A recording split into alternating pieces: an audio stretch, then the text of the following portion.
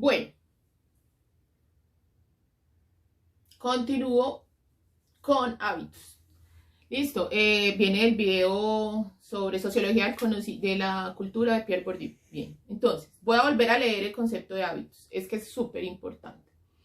Los acontecimientos asociados a una clase particular de condiciones de existencia producen hábitos. El hábito se produce. Sistemas de disposiciones duraderas y transferibles, estructuras estructuradas, predispuestas para funcionar como estructuras estructurantes, es decir, como principios generadores y organizadores de prácticas y representaciones que pueden estar objetivamente adaptadas a su fin sin suponer la búsqueda consciente de fines y el dominio expreso de las operaciones necesarias para alcanzarlos, objetivamente reguladas y regulares, sin ser el producto de la obediencia a reglas y, a la vez que todo esto, colectivamente orquestada sin ser producto de la acción organizadora de un director de orquesta. El sentido de lo práctico, Pierre Bourdieu. Bien, entonces les estaba digiriendo esta definición. Había hablado de los condicionamientos asociados a una clase particular de condiciones de existencia. Bueno, estoy desglosando el concepto. Sistema de disposiciones duraderas y transferibles. ¿Cómo así? El hábitus es un sistema. Pilas, es un sistema, es decir, cada uno de los condicionamientos asociados a una clase particular de existencia. No debe entenderse de forma aislada, sino que en conjunto forman un sistema. Todo eso en conjunto hace un sistema. En el sentido estructuralista del término, este sistema es de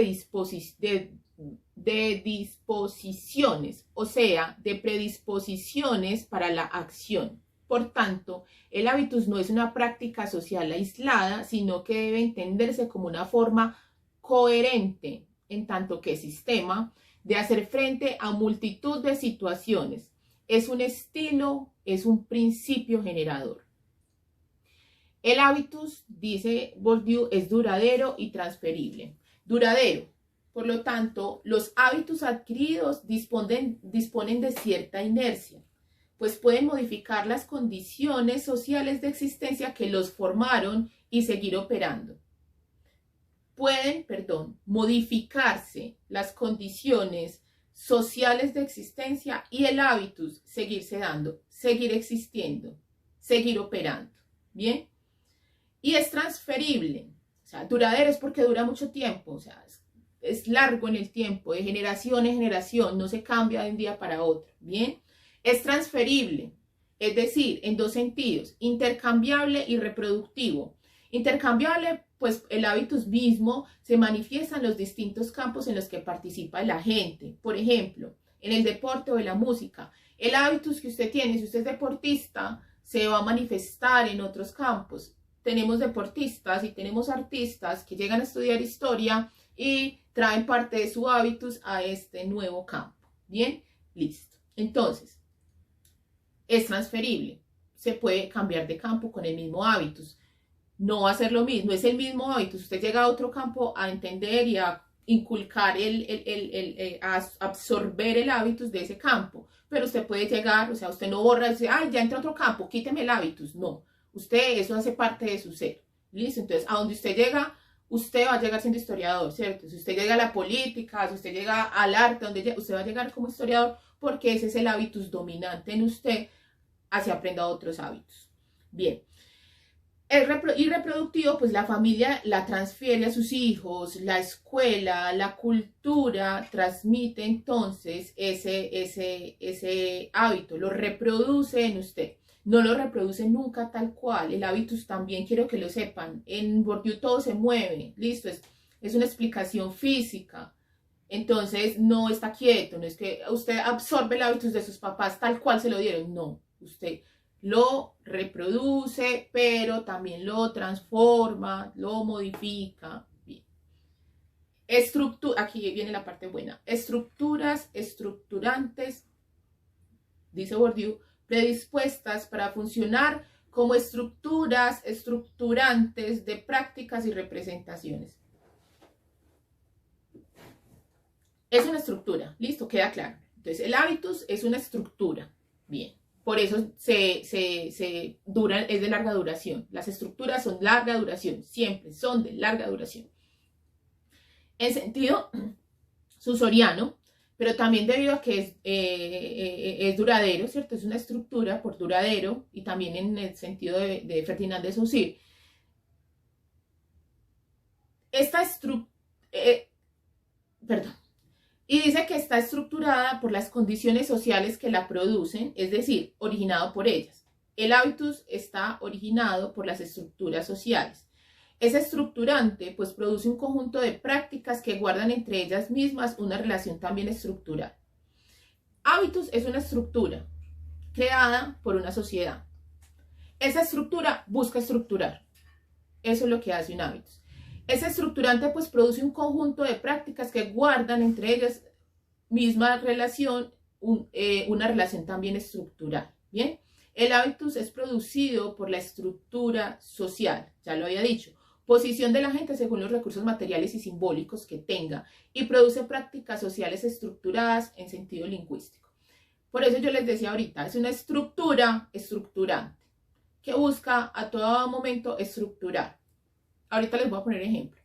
Objetivamente, dice también Bourdieu, vuelvo al concepto, objetivamente adaptadas a su fin, sin suponer la búsqueda consciente de fines y el dominio expreso de las operaciones necesarias para alcanzarlos. El hábitus produce prácticas. Ahorita lo explico mejor. El hábitus produce prácticas no conscientes. Ay, no, si lo voy a explicar ya. Una práctica, escribir. Es una práctica manual. ¿Listo?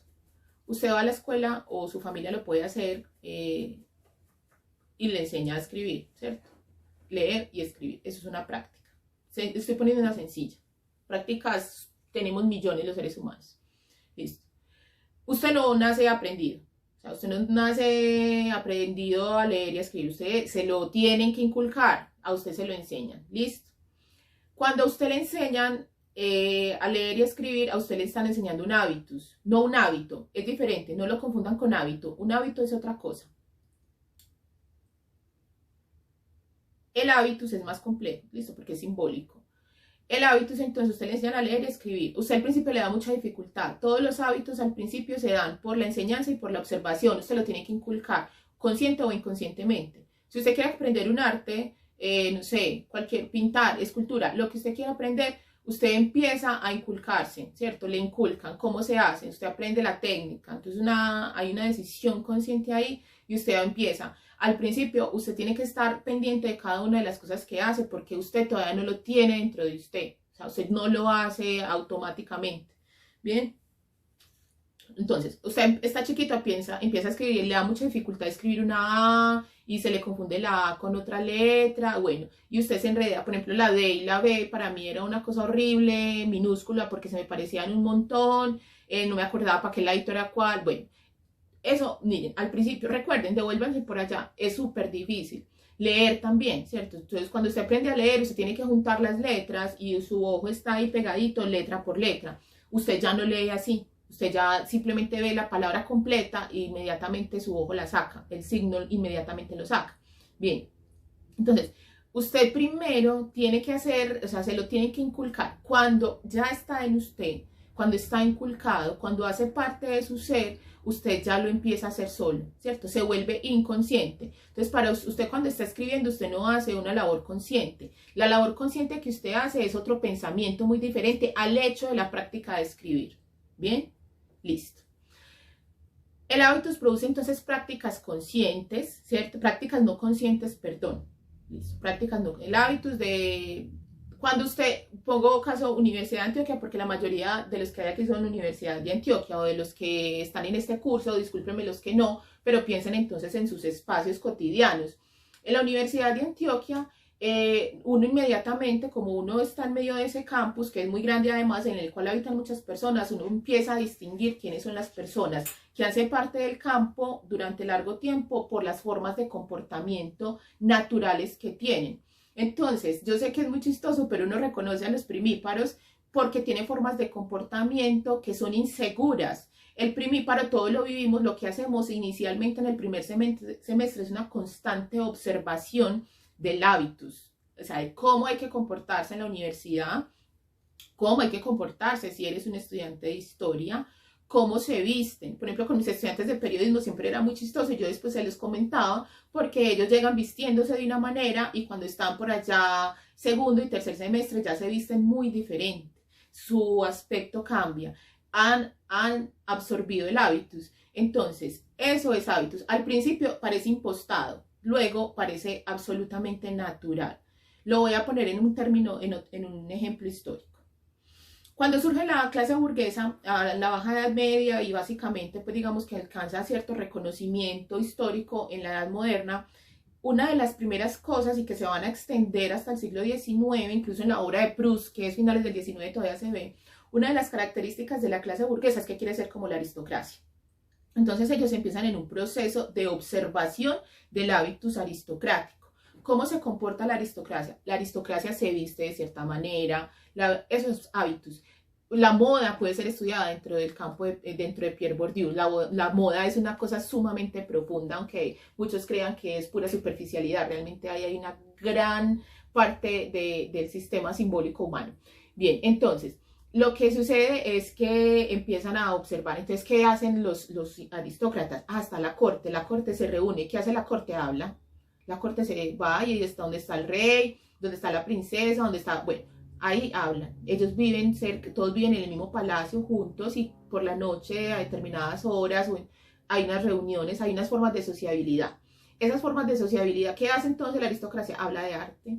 ¿De qué hablan? Hablan de arte, no hablan de política. Hablan de arte. Entonces los primeros, digamos, críticos del arte van a ser la aristocracia. Entonces, ¿qué hace la burguesía emergente? Bueno, es que yo realmente, o sea, la burguesía nace queriendo ser aristocracia, por eso compran títulos. Entonces, yo quiero ser, la novela muestra, hay tantas novelas que muestran esto. Entonces, empiezan a imitar. Imitar es una de las primeras formas de absorber el hábito. Entonces, empiezan a esa estructura existente, ¿cierto? Que es la sociabilidad de la clase aristocrática. La clase burguesa empieza a decir, yo quiero esa estructura, y empiezan a estructurar su propia estructura, ¿cierto? Su propio hábito. Y empiezan a compartir, a decir, bueno, nos vamos a reunir, vamos a hablar de determinadas cosas. Bueno, eso después se les va a chispotear, porque como ellos no son parte de la corte, ellos tienen la posibilidad de tener una cosa que se llama el uso privado de lo público. Es decir, en el privado, como no está el rey, no hay nadie de ahí que sea del poder, entonces ellos van a poder hablar de lo público, van a poder hablar del rey. Entonces la burguesía empieza en las mismas formas de sociabilidad, ¿cierto? Imitando esa estructura de sociabilidad, ellos van a empezar y ahí, bueno, ahí va a surgir la opinión pública, pero eso es otra historia. Bien, entonces inicialmente hay una imitación, ¿cierto? Hay una práctica consciente. Entonces, bueno, ¿cómo se comporta? ¿Cómo come un aristócrata? Usa 20 cubiertos, entonces vamos a hacerlos y vamos a aprender. Al principio usted va a ver eso súper enredado. Cuando usted va a un restaurante, si usted no es estrato 10, entonces usted va a un restaurante de 20 cubiertos, usted se va a sentir de esa manera. Es como que, ay, pues madre, bueno, ya me sé la teoría y se nota que estás aplicando la teoría. Si previamente hiciste un estudio teórico, ya llegará un momento donde esa práctica se volverá inconsciente y ahí será natural y ahí ya eso es un hábito. Listo. Continúe. Entonces el hábito produce prácticas no conscientes, cosas que usted hace porque ya las absorbió. Las prácticas son concebidas como decisiones libres por parte del actor social, por más que desde el punto de vista del análisis sociológico se conciban como limitadas por la posición y el momento social, o ni siquiera se conciben como una decisión cuando es una cuestión de honor, ya que se hace lo que hay que hacer, lo que haría un hombre, o ni se plantea la cuestión de buscar acciones alternativas como ocurre con muchos hábitos cotidianos. Bien. Dice también Bourdieu que son colectivamente orquestadas sin ser producto de la acción organizadora de un director de orquesta. Bourdieu no cree que haya conspiradores o grupos organizados que hagan, pues, que guíen y que el hábitus tiene que ser así, o sea, o como algo como, sí, por allá escondido en la sombra, o grupos de personas, o sea, no es conspiranoico. Dice él que son prácticas productos del hábitus, Es decir, los hábitos son sociales, los hábitos no los construye un sujeto, es una construcción inconsciente y colectiva, a veces consciente, pero siempre es colectiva, ¿listo? Es decir, es una construcción objetiva, no subjetiva. Condiciones de existencia de experiencia vitales parecidas, que por tanto dan resultados parecidos, sin necesidad de un acuerdo previo. Condiciones objetivas similares producen afinidades selectivas. Bourdieu dice también entonces que son objetivamente reguladas y regulares sin ser producto de la obediencia a reglas. Independientemente de la voluntad de los actores o de los agentes, objetivamente hablando, y sin que existan reglas explícitas, conscientemente conocidas por los actores, hay pautas establecidas para alcanzar ciertos fines con ciertos medios. Hay formas normales de actuar, de sentido común. Sabemos que estas formas son regulares porque son las más observadas y normalmente las menos cuestionadas por los agentes sociales. Un ejemplo claro de este tipo de prácticas es el lenguaje, que dominan los hablantes sin ser necesariamente conscientes de sus reglas gramaticales. Bien, entonces, ahí en el lenguaje, usted sabe hablar, usted sabe que hay sujeto, verbo, predicado y no necesariamente fue a la escuela. Un campesino que sea medianamente educado o un sujeto, cualquier sujeto X, que sea una persona que no sepa leer y escribir, le puede saber hablar. Y va a usar, digamos, va a usar la gramática, no con la excelencia que lo haría obviamente una persona educada, pero la va a usar bien. ¿Listo? Ahí eso explica. Entonces, son reguladas y son regulares. Ahora, hay unas reglas de juego, para dejarlo claro, hay unas reglas del juego que son, hay unas, por ejemplo, lo llevo otra vez al campo intelectual y literario. Hay reglas del juego que son, que las revistas, por ejemplo, manifiestan. Entonces, si usted quiere publicar en esta revista, usted necesita, eso pasa todavía, por ejemplo, en las revistas científicas ahora. Entonces, usted tiene que escribir un artículo de tantas páginas, debe tener estas características, debe hablar de eso. Todo eso es hábitos, son reglas directas. No obstante, usted sabe que hay unas reglas indirectas. Por ejemplo, para que usted le publique en una revista científica, es más fácil si usted tiene una historia académica larga, así usted tiene, apenas está empezando, ¿cierto? Por muy bueno que sea el artículo, el que tiene ya, el que hace parte del campo, en el campo es dominante, obviamente le va a ganar. Bien, entonces, en los textos uno logra ver, el hábitus logra verlo como reglas de juego. Aquí se actúa de tal y tal manera. Aquí se hace tal y tal cosa. Pero hay otras que no son explícitas, sino que son implícitas y los jugadores, los agentes del campo las conocen. Entonces saben que hay cosas que no se hacen, hay cosas que no se dicen, hay formas, bueno, hay prácticas que se deben anular, hay palabras que no se deben de usar. Eso en ninguna parte dicen, ¿cierto? Pero usted como agente del campo empieza a conocerlas y entre más las conozca, mejor. A ver, el hábitus es sumamente importante. Entre más conocimiento del hábitus usted tenga, más fuerza tiene para moverse dentro del campo. Bien. Entonces, si usted está dentro del campo intelectual, usted tiene que saber muy bien cuáles son las reglas del campo. Las conscientes y las inconscientes, las explícitas y las implícitas. Usted tiene que ser lo más natural posible. Es decir, usted tiene que ser un intelectual de verdad, no un postulante, no un actor de intelectual, sino ser un intelectual de verdad. Bien, entre mejor actor sea usted, entre más inculcado tenga el hábito, más conozca el campo intelectual, usted mejor se va a mover y más alto va a llegar dentro de este campo. Bien.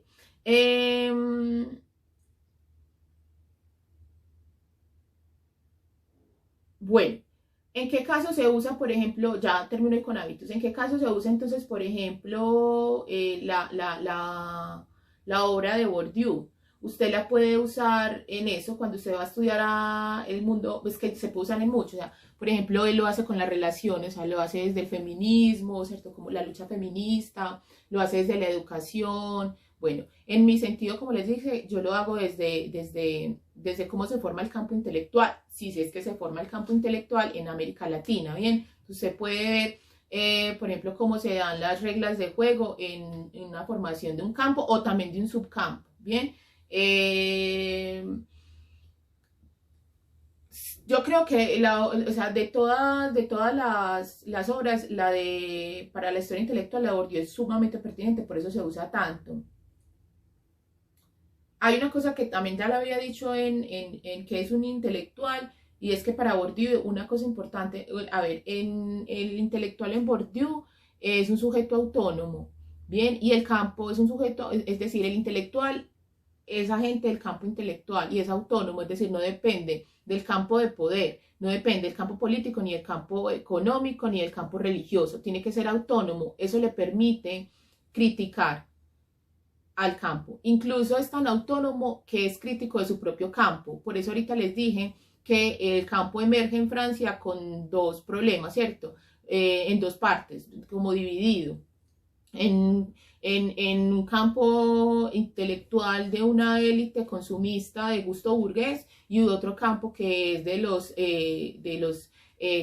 la estética, ¿cierto? Un campo estético, digamos, independiente y más autónomo que el primero. ¿Listo? Entonces, esa es una característica importante. Por lo tanto, en Bourdieu usted no ve que el intelectual haga parte, o sea, como en el caso de Mannheim, que usted ve que todos los grupos sociales tienen una forma de intelectual, o lo mismo en el caso de Gramsci, sino que usted ve realmente al intelectual. Lo que pasa es que el intelectual en Bourdieu es del siglo XIX, de la segunda mitad del XIX y del XX.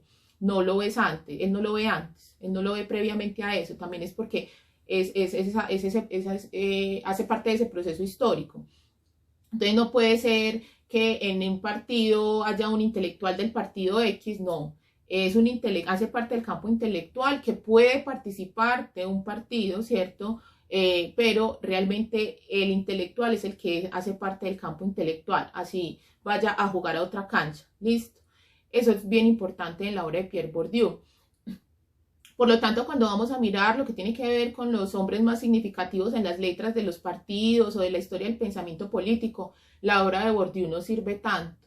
Bien, porque por ejemplo, si usted va a estudiar los intelectuales del Partido Conservador, del Partido Liberal, del Partido Comunista, entonces a usted ahí no le sirve la obra de Bourdieu. Bien, le sirve si usted va a estudiar las artes o va a estudiar, sí, a un intelectual emancipado. Ahí tienen entonces sus limitaciones. Y como decía ahorita en el de Mannheim, siempre que vaya a hacer historia intelectual, piense cuál es su pregunta y qué es lo que quiere alcanzar para saber cuál es el teórico que le sirve.